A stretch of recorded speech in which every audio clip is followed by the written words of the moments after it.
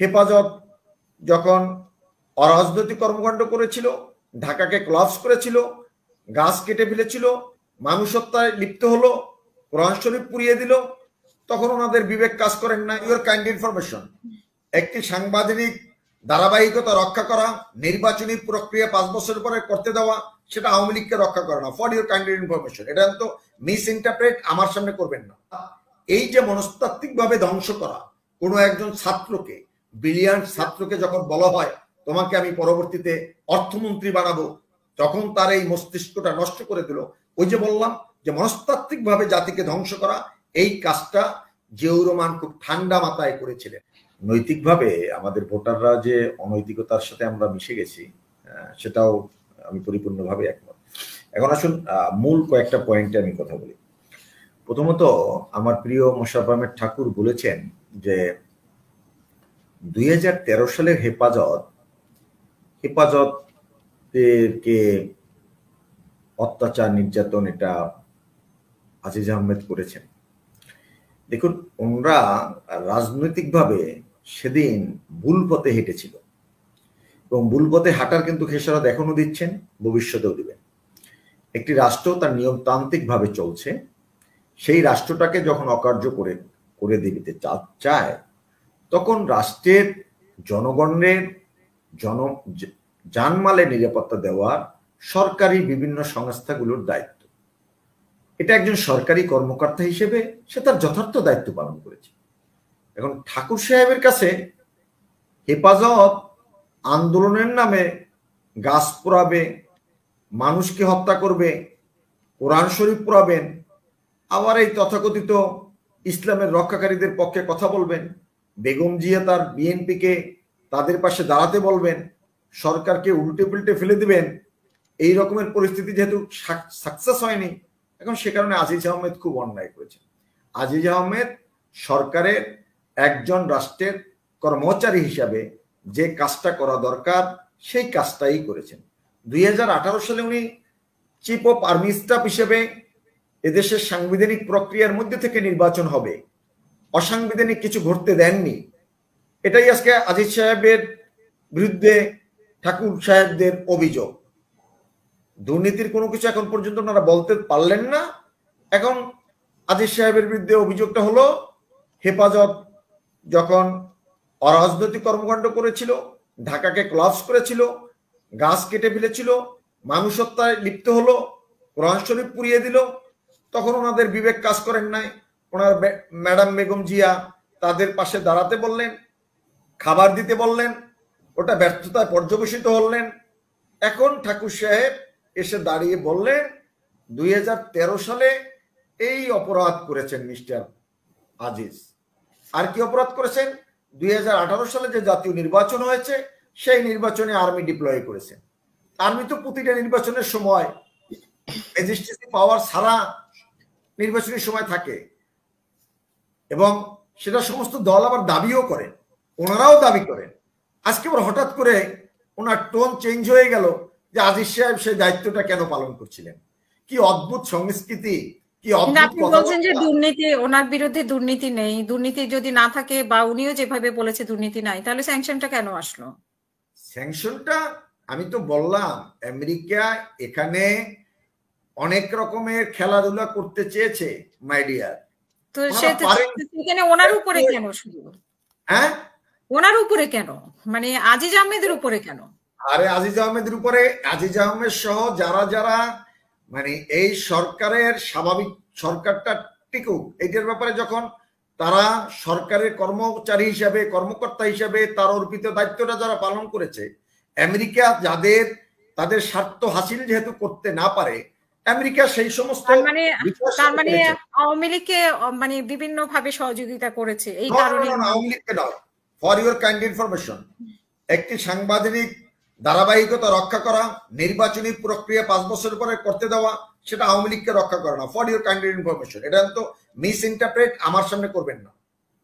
আপনি miss interpret করছেন। আপনি তো বললেন যে আওয়ামী লীগ সরকার, আওয়ামী লীগ সরকার দুটো ভিন্ন জিনিস। আওয়ামী লীগ সরকার দুটো ভিন্ন জিনিস। এরপর আসেন, আমার যেটা প্রশ্ন ছিল যে আমেরিকা কেন ওনাকে বেছে আমি নিলেন, আসছি আমি আসছি সেটার আমেরিকার উত্তরে আপনি বললেন। ওটা শুরুতে বলছি আপনাকে, আসছি। এরপর আসেন, উনি বলেছেন গার্মেন্টস ব্যবসা এটাকে সামনের দিকে অগ্রসরমান করেছেন। এটা আমরা যতটুকু দেখেছি আমাদের বেড়ে ওঠার সময়, এটা হুসেন মোহাম্মদ এরশাদের আমলে এটা বুস্ট আপ হয়েছে।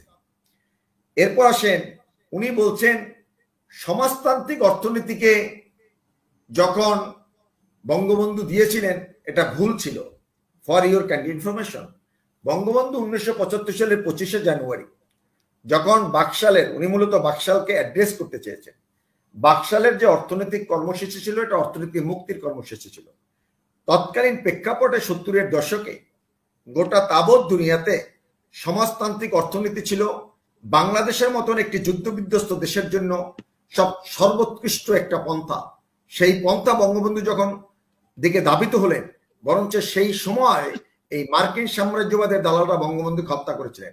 যদি বাকশালের কর্মসূচি বাস্তবায়িত হতো, সেটার সুফল বাংলাদেশের মানুষ আজকে থেকে আরো 20 বছর আগে পাইত।